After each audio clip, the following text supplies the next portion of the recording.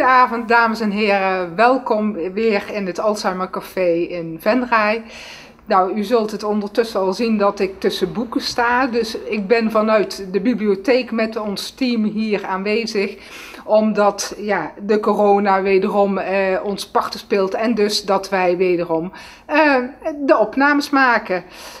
Nou, ik ben hier niet alleen, want ondertussen staat hier Marga Bakker langs me. En Marga is hier werkzaam binnen de bibliotheek en zij zal nu heel eventjes het woord tot u richten. Ja, want we staan hier in een klein hoekje, dat is de dementheek van de bibliotheek. En ja, het woord zegt het eigenlijk al een beetje. Hier staan allerlei boeken over dementie, informatie over dementie. Dus wat is dementie, welke verschillende soorten dementie zijn er. Maar ook, ja, je kunt het daar zien, ook romans. Vaak van mantelzorgers die iets vertellen over dementie. Je ziet daar bijvoorbeeld Ma van Hugo Borst of De Heer heeft goede zin vandaag van Jacques Graus. Die is hier ook een keer geweest met een lezing. En wat ook heel erg leuk is, dat zijn onze herinneringskoffertjes. Dit is er één van. Herfst en winter is dit. Het is heel leuk om dat met een mantelzorger en iemand met dementie te doen. Maar ook zorginstellingen en dagbestedingsorganisaties gebruiken die dingen heel veel. Er zitten van allerhande leuke materialen bij, zo hier bijvoorbeeld ook die paddenstoeltjes. Er zitten boekjes bij, spelletjes, fotomateriaal. Van alles om ja, herfst en winter met iemand van dementie te beleven. Maar zoals je daar ziet, we hebben nog veel meer onderwerpen. Verliefd, verloofd, getrouwd, oude ambachten. We hebben ook een koffertje van Venray. Ja, heel leuk om samen te doen. En het is voor iedereen die lid is van de bibliotheek, die kan die koffertjes lenen. Lid van de bibliotheek hoeft ook niet duur te zijn, want je kunt ook een gebruikerspas nemen als je het nog een beetje wilt verkennen. Daar betaal je eenmalig €2,50 voor en dan voor zo'n koffertje €1,50 leengeld. En dan kun je kijken van, bevalt het me en wil ik nog meer met de bibliotheek. Dus nou, een tip hartstikke geweldig om te doen. Ja. Ja. Nou, het is meteen een mooie opmaat naar het gesprek dat we dadelijk gaan hebben. Dat gaat over humor en dementie. En Corrie Aerts zal ons daar meer over vertellen. Ja, ben benieuwd. Ja.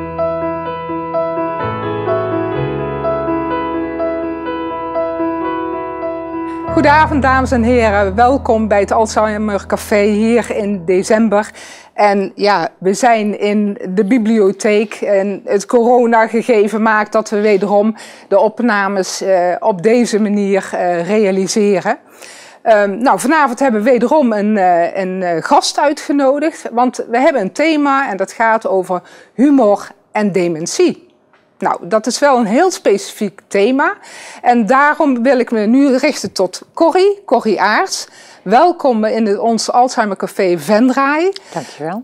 Alsjeblieft. En nou, ik heb hier van alles staan wat je doet, Corrie, maar ik vind het veel prettiger als je zelf vertelt, wie is Corrie Aerts en wat doet ze? Ja. Nou, ik werk eigenlijk al heel mijn leven in de ouderenzorg. Dus, en ik werk nu bij De Wever, dat is een ouderenorganisatie in Tilburg met 9 verpleeghuizen, een hospice en thuiszorgafdeling. En ik werk daar bij het DOT, staat voor Dementie, Ondersteuning en Training, als projectmanager. En bij het DOT doen we allerlei projecten rondom dementie. Dus voor mantelzorgers, voor mensen met dementie, deskundigheidsbevordering voor professionals, maar ook voor mantelzorgers. Nou, en we doen allerlei innovatieve projecten. Nu hebben we het hier vanavond over humor en dementie. In wat voor hoedanigheid ben je daaraan verbonden? Nou, toen ik net deze functie kreeg, toen waren we bezig met het ontwikkelen van Into Dementia. Heb je misschien ook wel eens ooit van gehoord, van de cabine waar je kunt beleven van mensen met dementie. Ja. En toen zeiden wij van, god, het is best wel zwaar. Hè? Dementie, we weten allemaal dat is een ziekte die niet meer beter kan worden. Dus dat is best wel, ja, belastend voor iedereen. Maar er is ook nog zoiets als humor wat ons kan helpen om uit die stresssituaties te komen of uit moeilijke situaties. We weten allemaal dat humor ons helpt om ons prettig te voelen. En dat geldt natuurlijk vooral ook voor mensen met dementie, maar ook voor de mantelzorgers. Want als je dementie hebt, heb je het eigenlijk nooit alleen. En zodoende zijn we toen gaan onderzoeken van wat is nou eigenlijk bekend over humor en dementie. En daar hebben we onderzoek met gedaan samen met studenten van Fontys Hogeschool en van Universiteit Delft. En zo zijn we eigenlijk gekomen tot wat we nu weten en hebben. Nou, daar gaan we dadelijk natuurlijk de nodige vragen over stellen. Maar wat houdt humor nou voor jou in dan? Ja, humor is eigenlijk iets wanneer de ander daar ook om moet lachen. En zelf om moet lachen. Ja. Dus humor is eigenlijk een instrument. En de lach, dat is eigenlijk het resultaat van het instrument. Om het dan zo maar te zeggen. Hetzelfde als wat wij nu met elkaar communiceren. We lachen ook naar elkaar. Ja. Dat heeft al een ontspannender karakter. Ja. En dat is eigenlijk waar je ook mee bezig bent naar mensen met dementie waarschijnlijk. Daar gaat het eigenlijk om. Hè. De lach verzacht, zeggen wij dan. Ja. Maar de lach is eigenlijk ook een van de eerste communicatiemiddelen die wij leren. Hè. Als je een babytje hebt, een babytje heeft natuurlijk helemaal geen humor. Want die spreekt onze taal nog niet.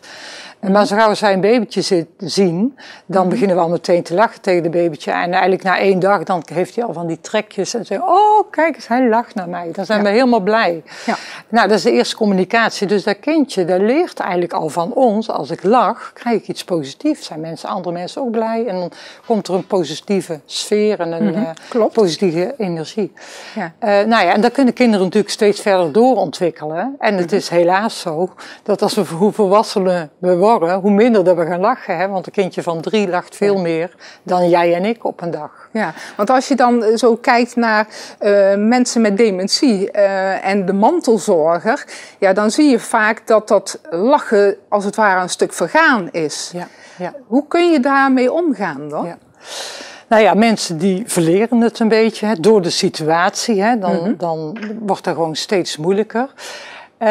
Zo gauw als je ervan bewust bent, dus nu vandaag hebben we het hier over, dat betekent dat mensen daar ook over na gaan denken. En dat is echt niet zo dat er morgen, dat er de hele dag gelachen wordt. Nee. Maar mensen zijn zich dan wel bewuster van, als ze dan lachen van, we hebben nou toch samen echt lol.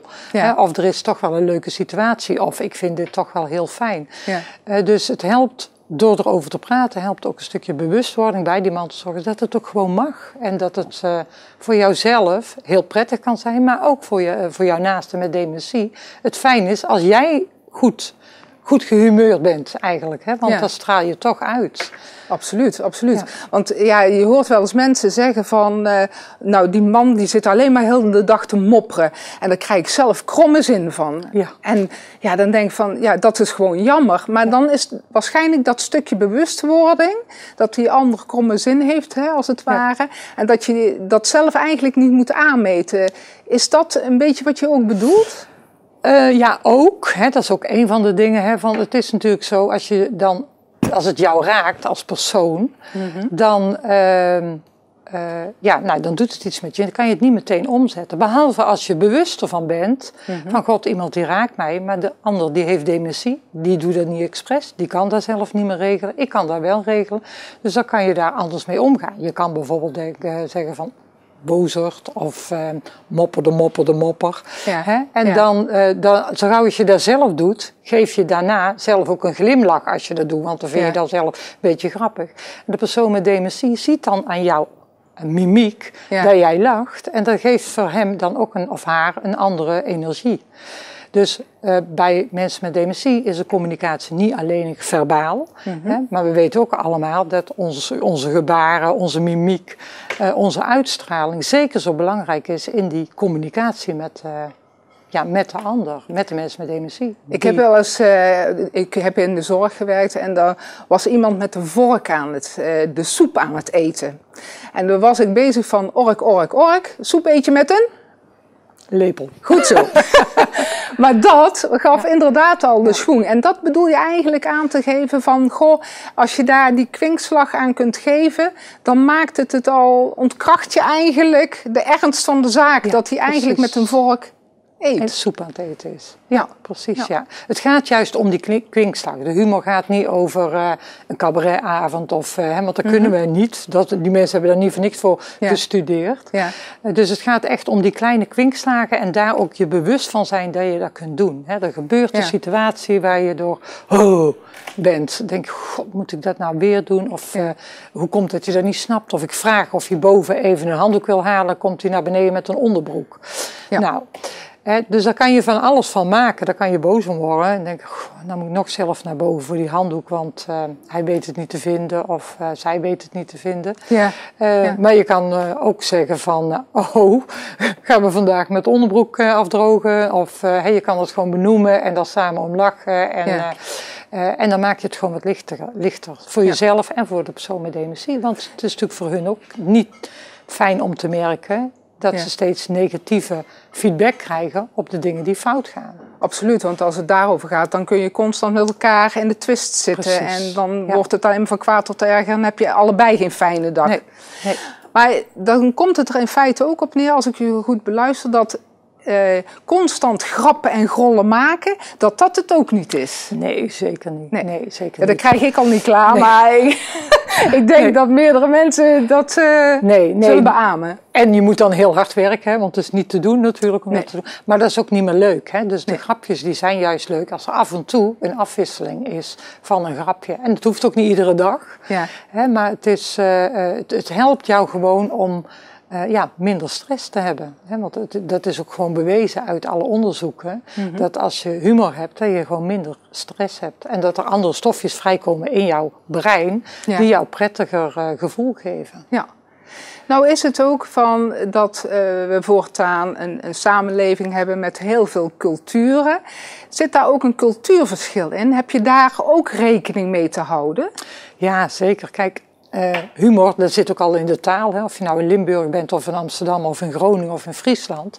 Daar zit eigenlijk al veel verschil in de humor en in de taal die we gebruiken. En de culturen, geloven. Hè? Van welke geloofsovertuiging ben je? Hè? Van welke grapjes kan je daar wel of kan je niet maken? Dus daar moet je wel rekening mee houden.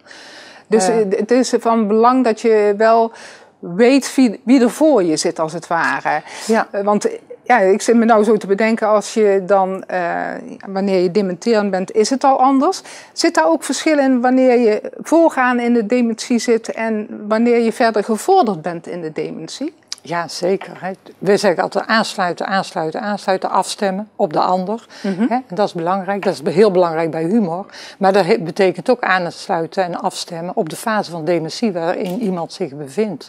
Mm-hmm. In de beginfase kunnen mensen de taal nog verstaan, zal ik wel zeggen. Hè? Dus die begrijpen nog wat je zegt. Maar hoe verder dat iemand in zijn dementie komt, hoe minder taalvaardig mensen worden. Dus taalgrapjes, die vallen op een gegeven moment weg. Hè? Dus dan is het eigenlijk veel meer de gebaren die je doet.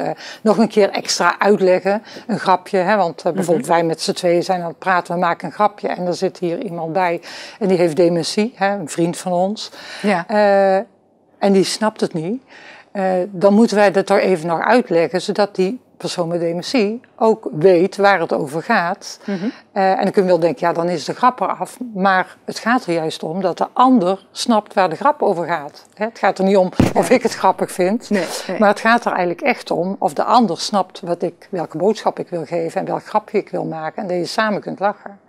Zo, met andere woorden, dat je hem kunt raken of haar kunt raken als het ware. Ja, en dat je samen plezier hebt. En soms is het ook zo dat mensen met dementie de grap niet snappen, maar wel meelachen omdat jij lacht. Ja. Ook helemaal prima, want eigenlijk doen wij dat in het gewone leven ook. Ja. Als een hele zaal zit te lachen en je denkt, waarom lachen ze? Dan lachen we ook mee, hè? Want we kopiëren toch het gedrag van elkaar.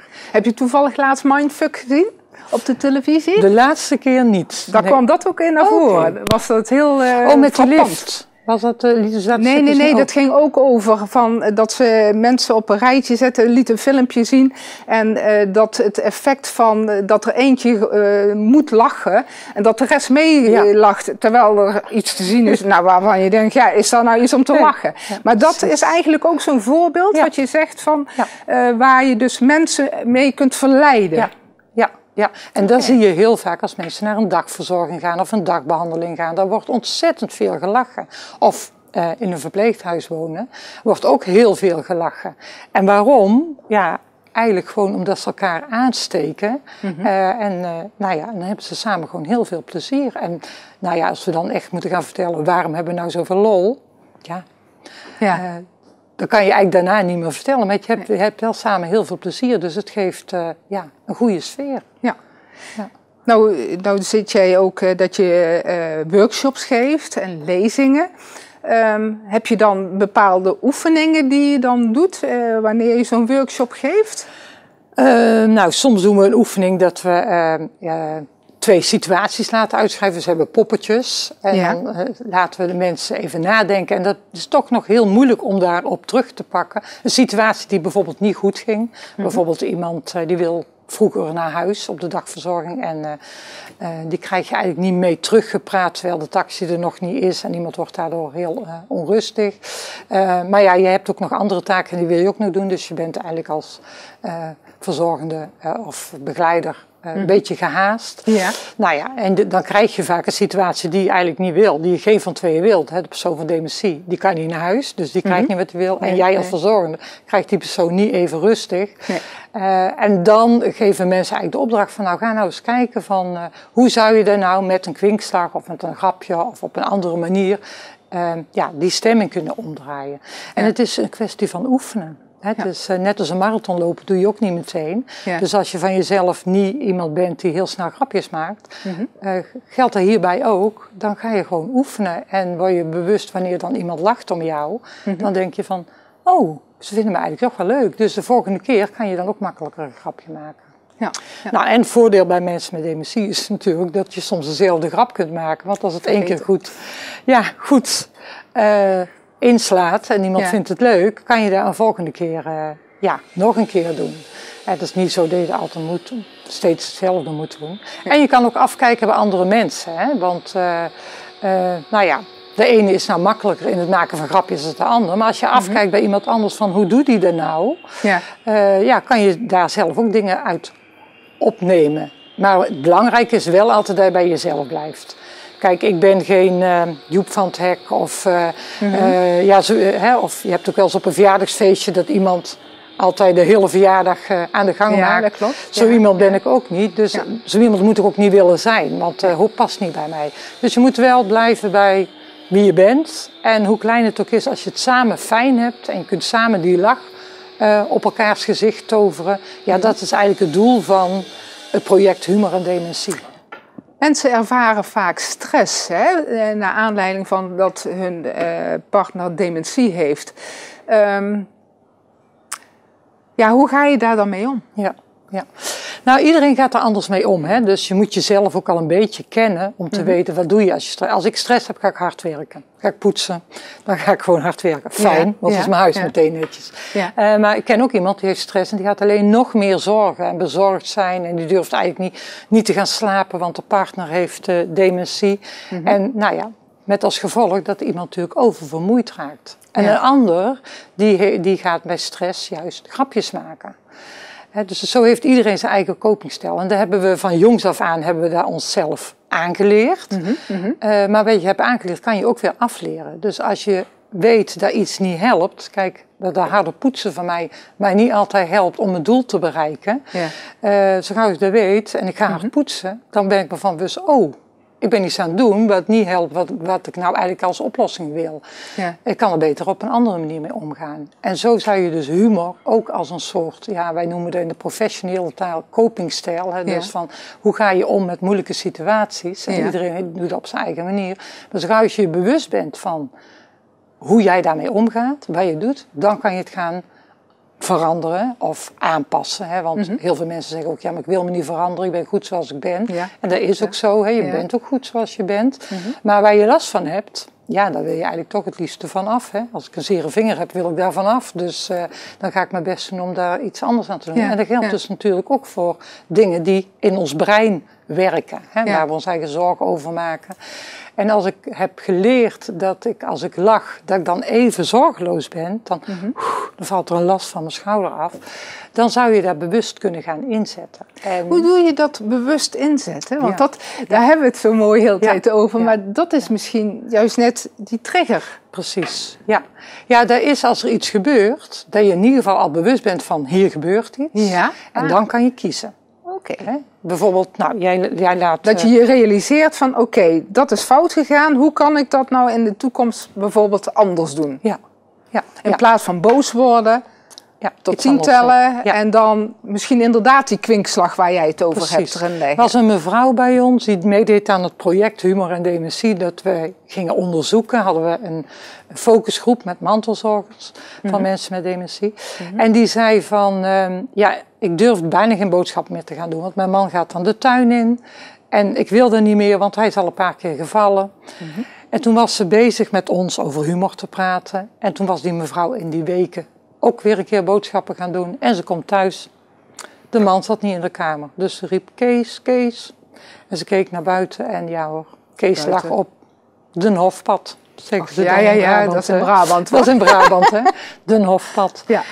En toen had ze ook zoiets van, ze wou eigenlijk zeggen, nou ik heb al zo dikwijls gezegd, je moet even naar binnen, want direct naar breken, hè, bezorgd. Ja. En door die humor zei ze van, wat dacht jij? Dat je de paus waart, dat je hier de vloer moest kussen. Nou, daar moest zij om lachen, haar man ook meteen lachen. Die hoefde ook niet verdrietig te zijn dat hij iets had gedaan wat zijn vrouw eigenlijk niet prettig vond. Ja. Nou, ze hielp hem weer om te gaan staan en het ijs was gebroken en het was goed. En ze zei, was eigenlijk zo fijn dat ik dit zo heb kunnen ervaren.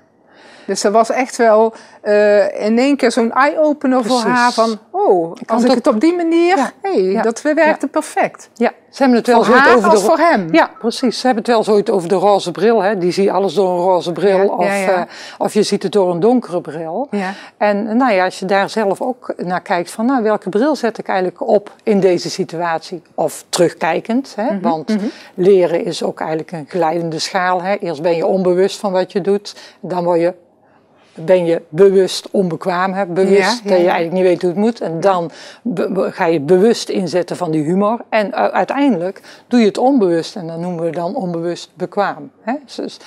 Dus ook met humor kan je dat soort dingen jezelf gewoon eigenlijk aanleren. En soms ook gewoon even met iemand anders erover praten. Hè? Als je denkt van, god ik zou daar eigenlijk wel een grap over, ik zou dat anders willen doen. Ja. Hoe kan ik dat nou doen? Ja. En andere mensen hebben vaak ook allerlei leuke oplossingjes. Ja. Maar ik denk dat dat ook wel een hele belangrijke is. Dat je inderdaad het weet te ventileren en te praten met iemand anders waar je het vertrouwen ook in hebt. Hè? Ja. Om op die manier te horen van, hoe doen jullie dat? Ja. Gespreksgroepen is het daar ook zo'n mooi voorbeeld van. Precies, hè? Ja. In gespreksgroep hebben mensen zoveel steun aan elkaar. Ja. En mogen ze ook vrij praten, kunnen ze ook vrij praten. Er zijn allemaal mensen die hun begrijpen. Ja. Want ze maken allemaal hetzelfde mee. Je kunt nog zo'n goede vriend of vriendin hebben die begrip voor jou heeft. Maar die ervaart niet zelf wat het betekent om 24 uur per dag, 7 dagen in de week, voor je naasten te zorgen met dementie. Die heel de dag toch jouw ondersteuning nodig hebt. Want je staat de hele dag aan. Hè, precies. En dat is ook, om naar de volgende vraag te gaan, verdriet. Ja. Is een emotie. Ja, dat hoort er ook bij. Dat hoort er ook bij. Ja. Het verlies van, de rouwverwerking van dat je partner achteruit gaat. Ja. Humor. Humor, ja. De lach en de traan, hè? Die zitten heel dicht bij elkaar eigenlijk. Hè? Dat zie je ook vaak als je in echt afscheid gaat nemen van iemand. Dan worden oude herinneringen opgehaald. Mensen zijn heel verdrietig. Maar eigenlijk lachen ze in die dagen ook heel veel samen. Hè? Dus het zijn alle twee emoties die heel dicht bij elkaar zitten. En die mogen er alle twee zijn. En die moeten er ook alle twee zijn. Dus het is niet de bedoeling dat je met humor het verdriet wegduwt. Nee. Hè? Want dat is niet gezond. Maar juist die balans, die moet er zijn. Hè? Je mag samen verdriet hebben, maar je mag samen ook plezier hebben. En dat mag er gewoon zijn, ook al is dan de situatie ernstig. En weet je dat het niet beter wordt. Want het is nou eenmaal zo dat dementie een ziekte is die nooit meer beter wordt. Nee. Want ongeveer dementie tussen de 8 à 10 jaar is de duur ongeveer. Dus het is eigenlijk waar je ook mee begon. Ja, je hebt nog zo'n hele periode te gaan. En als je dan alles zwaar maakt, dat is niet vol te houden. Nee, dus je hebt dit nodig om het ook het hoofd te kunnen bieden. Ja, en heel belangrijk dat je herinneringen opbouwt. Plezierige herinneringen opbouwt. Hè? Want daar ga je na het afscheid nemen, definitief afscheid nemen, daar ga je mee verder. Hè? Dus ook in die moeilijke periodes, dat de dementie al in een vergevorderd stadium is, hè, dat je denkt, wat voor, dat hebben we nog samen, of wat kunnen we samen nog delen, of hoe kunnen we samen nog humor hebben. dat vertelde ook een mevrouw. En haar man was ook al ver in het proces van dementie. En die woonde aan een ringbaan. En daar kwam heel vaak de ambulance langs. Want dat was de route naar het ziekenhuis van het vertrekpunt. En die man die zei dan... wel 6, 7, 8 keer op een dag. Dat duurt. Dat zij dat ook niet meer prettig vond. Hè? Want, En toen maakten ze daar een grapje over van volgens mij is je de weg kwijt. Ja. En daar moest ze zelf zo om lachen. En toen begon hij ook heel hard te lachen. Toen dacht ze, och, ik heb van de week nog gedacht, we hebben eigenlijk niks meer samen. Maar nu weet ik wat we samen hebben. Dat is de humor. Ja. We hebben nog steeds dezelfde humor. Nou je dat zo zegt, hè. Ik ervaar vaker van dat als je het ergens over gehad hebt en je hebt humorvolle dag gehad, dat je dat een aantal dagen daarna nog weet te herinneren. En dat je dan met een glimlach nog op je gezicht als het ware daaraan terugdenkt. Ja. Dat is eigenlijk ook de kracht van wat jij zegt. Ja, precies. Ja. Okay. Ja, en het is voor ons allemaal belangrijk om herinneringen vast te leggen. Hè? Dus, en als je dat fijne gevoel hebt, kan je ook fijn terugkijken op al die jaren dat je gezorgd hebt, dat je er samen waart. Maar dat het ook dat het moeilijke momenten waren en het zwaar was, maar ook dat je fijne momenten had. En dat is gewoon heel belangrijk voor iedereen. Ja. En dat hoort dan ook bij dat proces van dementie, van afscheid nemen, rouw, verlies. En daar hoort de humor ook bij. Ja. Nou heb ik hier een moppenboekje staan. Ja. En ik kan het niet nalaten, Corrie, om daar toch wat van te lezen. Ja, is dat goed? Natuurlijk. Maar ik wil jou uitnodigen om eerst te lezen. Zal ik jou het even geven? Ik zie dat ik... wil je het ook nog geven? Ja. Alsjeblieft. Neem er eens eentje uit, want dit vind ik wel heel leuk voor de mensen thuis. Waar je mogelijk wat aan hebt. Want Corrie neemt dit altijd mee, samen met kaarten. En die brengt Wim dadelijk in beeld. Maar in ieder geval waar je dan wat op mag schrijven. En die jij dan weer terugzendt eigenlijk doen we in een Alzheimercafé, geven we alle... mensen die in het café zijn een kaart, mogen ze schrijven naar zichzelf of naar iemand waarvan ze denken, dat vind ik leuk om te delen wat ik hier nou geleerd heb. Ja. En die sturen we dan een week later op naar die mensen, eigenlijk gewoon als herinnering van, toen heb ik dat. En ook weer terug te denken, heb ik er iets mee gedaan? Wil ik er iets mee? En dus dat is dan leuk. En iedereen krijgt dan ook een moppenboekje. Ja, dus ik zal ook zorgen dat jullie hier in Venray nog een aantal van deze moppenboekjes krijgen. Heel graag. En die kunnen dan bij jullie in de dementheek. Ja. Dus mochten mensen dat leuk vinden, dan kunnen ze die hier ophalen. En kunnen ze meteen een kijkje nemen in jullie dementheek. Prima, leuk. Ja. En de kaarten leggen we daar ook neer. Hè? Ja, dat zijn vrolijke kaarten met kroontjes. 2 mensen die op de bank zitten. Nou ja, we gaan het zien. Ja. Nou, ik zou zeggen, Corrie, lees dus een mopje voor. Ja, ik doe de van de vliegende schotels. Geloof jij in vliegende schotels? Nee. Oh, ja, zeker wel, antwoordt de man. Ja. Hebt u er ooit een gezien? Na mijn echtscheiding niet meer.